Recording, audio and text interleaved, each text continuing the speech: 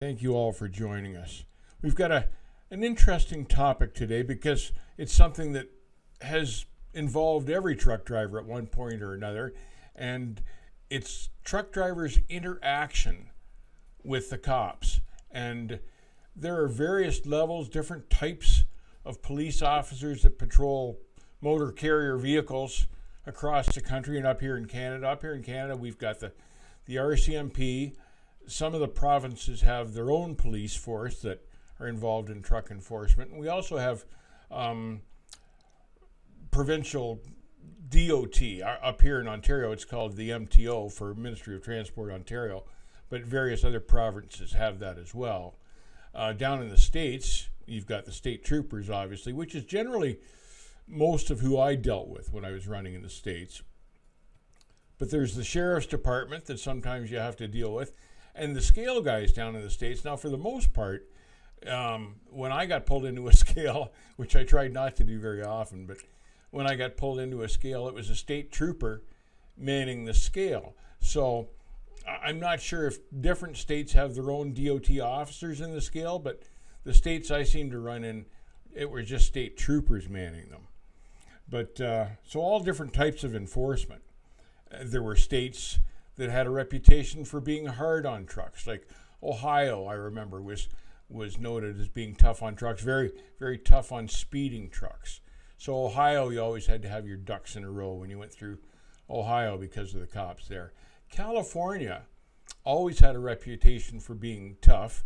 I never particularly had much trouble in California, but I can tell you that a couple of the scales had real reputations. There was Truckee, who never gave me a hard time, and I was across there all the time. There was the Mojave scale that I got pulled into more than once. And there was Banning that had a nasty reputation, and generally I avoided Banning because of that reputation. Because I was coming out of Canada, I rarely had to cross Banning going into California. I crossed it going out sometimes, but so I'd like to know, some of the experiences you guys have had with the cops. Generally, I've had good experiences. I never really had a bad one. I do feel that that's partially because I treated them with respect and just agreed with everything they said until I could get out of there. Sometimes it meant taking a ticket, sometimes it didn't. They were really good. But for the most part, truckers interact with police officers all the time. So hopefully it's a positive interaction, because it's never to the truck driver's benefit to have a negative confrontation with police. The truck driver will always lose in this instance. So, and there's no point in it. There's nothing to be accomplished. You can't argue with them. If you disagree with their judgment, that's what the courts are for. If you can find the time to get to court, most truck drivers cannot anyway because they're someplace else across the country, but it never has been of benefit to confront officers, in my opinion anyway. I came into Michigan from the west. I was going east, and there's a scale just as soon as you get into Michigan on I-94, and I had pre-pass on my truck as soon as it came out, pretty much. So the scale was open, and so I pre-passed the scale. I got the green light, carried on through, wasn't speeding or anything, and the cop came flying out of the scale and pulled me over. I didn't get a mile past the scale, and I didn't know what this was about, so I rolled down my window, stayed in the truck, and he comes out, and he was mad. He wanted to know why I had blown the scale. And he climbed up on the battery box, and I said, I've got pre-pass, and I got a green light. And you have to wait sometimes for those things to flash, but in a minute it flashed green to prove that what I was saying was true. And he was still a little bit grumpy about it. I guess he didn't like looking foolish, but he got off the battery box and went on his way. But I don't know what the game was there. Hey, Fred Besmer, glad to see you, man. Don't break the laws and regulations. No problems, never had a problem from the CHP. No, Fred, I never did either. I always had good experience with them. Bill, doing heavy haul oversize for over 50 years, have probably been pulled over and inspected and scrutinized more than normal rigs. And I would imagine that would be the case, because they love those heavy haul guys. The heavy haul guys and the flatbed guys seem to get the attention of the scale guys and the cops because it's, for oversize, I imagine it's a matter of permits. I've never done that. But for the flatbed guys, they were always checking for load securement, and they would pay more attention to those guys than a reefer or a dry box. If I had my way, there'd be more state troopers on the road. But I think if I had it my way, I would have them focus less on commercial vehicles and more on scrutinizing the four-wheelers, because I see four-wheelers doing more stupid things all the time than I ever see out of truck drivers. But that's my take on it anyway. I got a citation for overweight on a box truck. I did not use the drop axle. I had 37,500 pounds on the tandem. yeah, I can see where they'd give you some grief for that. I've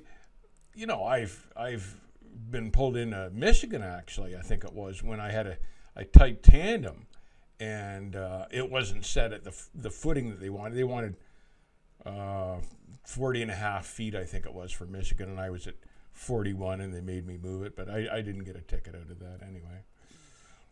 I did get a ticket in Mojave, 2 tickets in Mojave, actually. One, I blew the scale one night because I honestly thought it was closed. It was like midnight Friday night.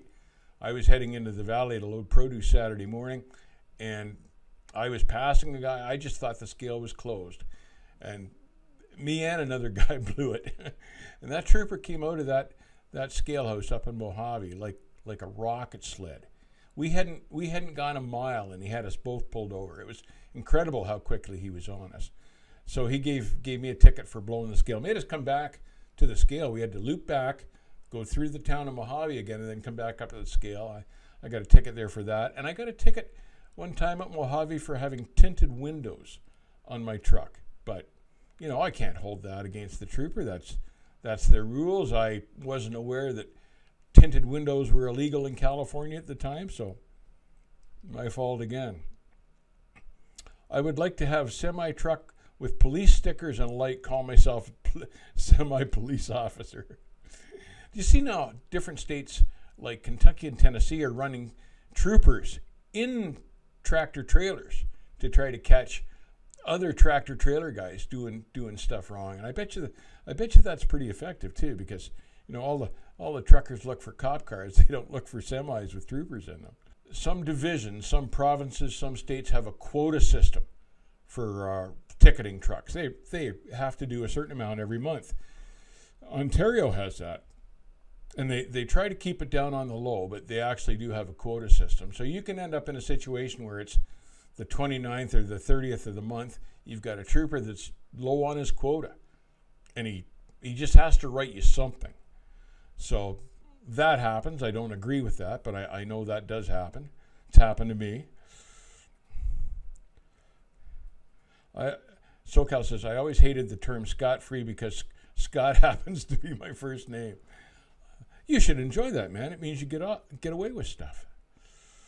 When I first started driving, I was running an 8-axle flatbed in Oregon on 84 East and got pulled into the Cascade lock scale one day, and the DOT guy just warning the weight of my tandem.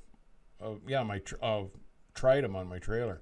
So just an axle check, but he gave you a warning anyway. I've had a ticket.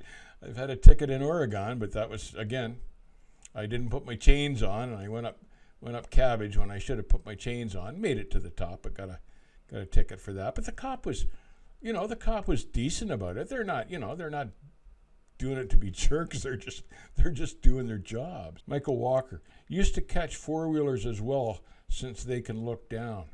Oh, he's talking about the troopers in the trucks. Yeah, you certainly could.